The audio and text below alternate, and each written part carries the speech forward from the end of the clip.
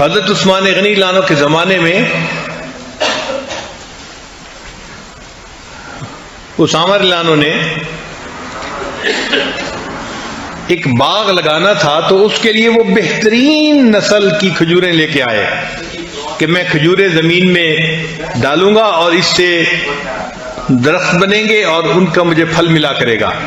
اور اس کے لیے انہوں نے 1000 درہم یا دینار جو بھی کرنسی تھی وہ خرچ کی. جب وہ گھر کھجوروں کی بوریاں آئیں تو والدہ کو پتہ نہیں تھا. والدہ نے کھجوریں دیکھ کے ان کو ٹیسٹ کیا تو ان کو اچھی لگی. حضرت اسامہ لانو نے اپنی والدہ کو بتانا بھی گوارا نہ کیا کہ امی یہ میں نے باغ لگانے کے لیے بیج کے طور پہ منگائی ہیں، کھانے کے لیے نہیں ہے. 1000 درہم کی کھجوریں ان کی والدہ نے کھا لیں اور وہ خاموش رہے. کسی نے پوچھا کہ آپ نے باغ لگانا تھا. وہ کہنے لگے کہ مجھے باغ لگانے کی اتنی خوشی نہ ہوتی جتنی خوشی مجھے اس بات کی ہے کہ میری والدہ کو کھجوریں پسند آئیں اور انہوں نے ان کو کھا لیا.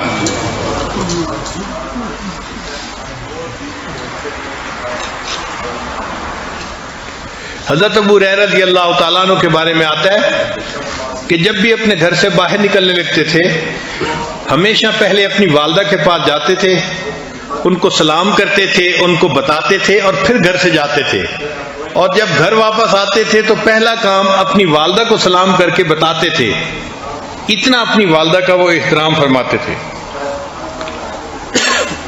سیدنا امام اعظم ابو حنیفہ رحمۃ اللہ علیہ اپنی والدہ کا بہت احترام کرتے تھے. اللہ کی شان کہ امام اعظم تو جوانی کی عمر میں بہت بڑے فقیہ بن گئے تھے اور ان کا فتویٰ چلتا تھا. 120 ہجری سے امام اعظم کا فتویٰ چلنا شروع ہوا. باقاعدہ وہ اپنے استاد کی مسند پر بیٹھ گئے اور ان کا باقاعدہ فتویٰ چلتا تھا. 120 ہجری سے ان کا چلنا شروع ہوا. اب گھر میں کئی والدہ کو مسئلہ پوچھنا ہوتا تو والدہ بیٹے سے بھی پوچھ سکتی تھی، لیکن ایک اور عالم تھے، فقیہ تھے جو بڑی عمر کے تھے اور والدہ کے دل میں ان کی عقیدت تھی کہ بڑے عالم ہیں اور پرانے عالم ہیں تو وہ پکا مسئلہ بتائیں گے. تو والدہ اپنے بیٹے کو کہتی کہ نعمان مجھے ان کے پاس لے چلو، میں نے ان سے کچھ مسائل پوچھنے ہیں. تو امام اعظم رحمت اللہ علیہ اپنی والدہ کے لیے اونٹ منگواتے اور ان کو اونٹ پہ سوار کرتے اور اونٹ کی نکیل خود پکڑتے اور لے کے چلتے. راستے میں امام اعظم کے کئی شاگرد ملتے، وہ کہتے کہ حضرت ہم اونٹ کی نکیل لے کے چلتے ہیں. فرمانے لگے نہیں، میری والدہ سوار ہیں، اب اس اونٹ کی نکیل میں ہی پکڑ کے چلوں گا. جب اس فقیہ کے پاس پہنچتے تو دروازہ کھٹکھٹاتے، وہ باہر آتا تو آپ بتاتے کہ جی میری والدہ آپ سے مسئلہ پوچھنے کے لیے آئی ہیں. اچھا کئی مرتبہ مسئلہ ایسا ہوتا تھا کہ جو ان کو بھی نہیں آتا تھا تو وہ امام اعظم کو اشارہ کرتے کہ مجھے تو اس کے جواب کا نہیں پتا. تو امام اعظم ابو حنیفہ رحمۃ اللہ علیہ آہستہ آواز سے ان کو مسئلہ بتا دیا کرتے تھے اور پھر وہ اونچی آواز سے امام صاحب کی والدہ کو مسئلہ بتاتے. ساری عمر ایسا ہوتا رہا اور امام صاحب نے اپنی والدہ کو یہ نہ بتایا کہ امی جو مسئلہ پوچھنے جا رہی ہیں وہ آدمی تو مجھ سے پوچھ کے مسئلے کا جواب دیتا ہے. صرف اس لیے خاموش رہے کہ اگر میری والدہ کو تسلی اسی طرح ہوتی ہے تو ان کے دل کی خوشی کا ہونا زیادہ ضروری ہے.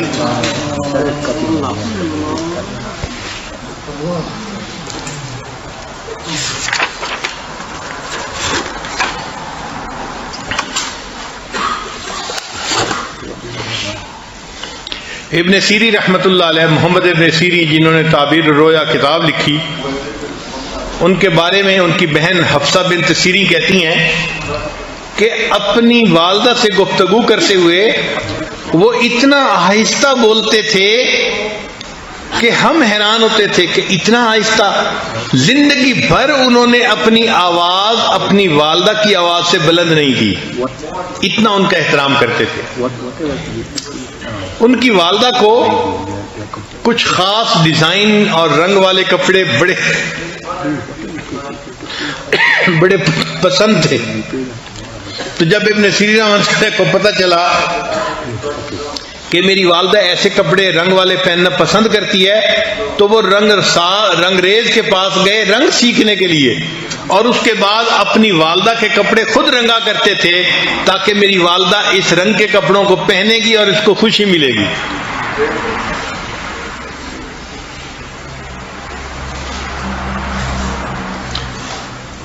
بابا فرید رحمت اللہ علیہ بڑے مشائخ میں سے گزرے ہیں، بہت شیریں زبان تھے، بات ایسے انداز سے کرتے تھے کہ دوسرے بندے کا دل مو لیتے تھے۔ ایک مرتبہ انہوں نے بڑی محبت سے اپنی والدہ سے بات کی تو ماں نے کہا کہ بیٹا تو بفضل خدا شکر کی طرح شیریں ہی رہے گا۔